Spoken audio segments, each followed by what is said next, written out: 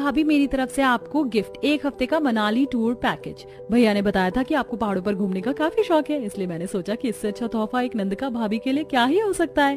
Thank you so much पलक। ये देख बहू, मैंने तेरे लिए सोने की अंगूठी बनवाई है, जैसे तूने कही थी बिल्कुल वैसी ही है।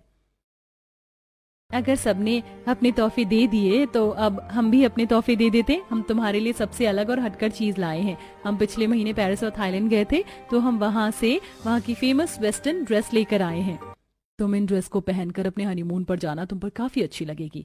आपने सबसे अच्छा गिफ्ट दिया है। पता है, मैं इस तरह की वेस्टर्न ड्रेस यहाँ काफी ढूंढ रही थी, लेकिन कहीं पर भी अवेलेबल नहीं थी। मुझे वेस्टर्न ड्रेस पहनने का काफी शौक है।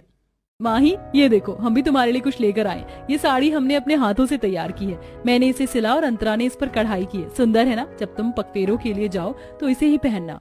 ये तो काफी ज्यादा हैवी है। मैं इतनी हैवी साड़ी कैसे पहनूंगी? सॉरी, बट मैं ये नहीं ले सकती। लेकिन हमने इसे अपने हाथों से बनाया है। पता है, इसे बनाने में पूरे 3 दिन का समय लग गया।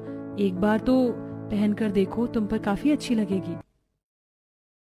जब माही ने मना कर दिया कि उसे तुम्हारे ये गंवार वाले गांव के कपड़े नहीं पहनने, तो क्यों जबरदस्ती कर रही हो? अगर इतना ही कपड़े देने का शौक है तो हमारी तरह कुछ वेस्टर्न ड्रेस देती, ना कि ये गांव वाली साड़ियाँ। रहने दो बहू, ये दोनों गांव से हैं, तो इनसे उम्मीद भी क्या की जा सकती है। हमारे मोहल्ले में जो मनोरमा रहती है, उसके बेटे ने भी लव मैरिज की थी, लेकिन देखो कैसी विदेशी बहू लेकर आया है। और ठहरे, मेरे बेटे लव मैरिज करके भी गांव की लड़कियों को लेकर आए। इन्हें यहाँ के तौर तरीके सिखाने में ही मुझे तो मेरी नानी याद आ गई थी, लेकिन अभी भी इनकी कुछ हरकतें नहीं बदली। तो क्या हुआ माँ जी, अगर आपकी 2 बहुएं गाँव की गंवार हैं, आपकी बाकी 3 बहुएं तो शहरी मॉडर्न है ना, बिल्कुल आपकी पसंद की। यही फर्क होता है खुद की पसंद की बहू और बेटे की पसंद की बहू में। घर की बाकी बहू और सुनीता की बातों से आप लोगों को पता चल ही गया होगा कि क्यों इन्हें घर में इतना नापसंद किया जाता है। गांव से होने की वजह से जहां अमृता को सिलाई का काम काफी अच्छे से आता था, तो वहीं अंतरा भी कढ़ाई का काम काफी अच्छे से जानती थी। अक्सर दोनों बहुएं घर के कामों से निपटने के बाद अपनी सिलाई और कढ़ाई की मशीन पर बैठकर कभी अपने तो कभी आस पड़ोस के कपड़े बनाया करती थी। हमारे मोहल्ले में जो जागरण होने वाला है, उसमें मैं क्या पहनूं, कुछ समझ ही नहीं आ रहा। ये सारी साड़ियां तो मैंने पहले भी कई बार पहन रखी हैं।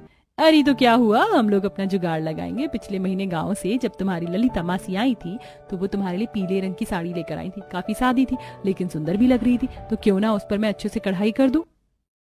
एक तरफ अमृता अपनी सिलाई मशीन पर साड़ी की पीको कर ब्लाउज बनाने लगती है, तो वहीं दूसरी तरफ उस साड़ी को लेकर अंतरा अपनी कढ़ाई की मशीन से उस पर कढ़ाई करना शुरू कर देती है। कढ़ाई के साथ साथ अंतरा अपने मोतियों के डिब्बे से लाल हरे मोती निकालकर साड़ी में अच्छे से टोक देती है, और कुछ ही घंटे में वो सिंपल सी दिखने वाली साड़ी अब काफी ज्यादा सुंदर लगने लगती है।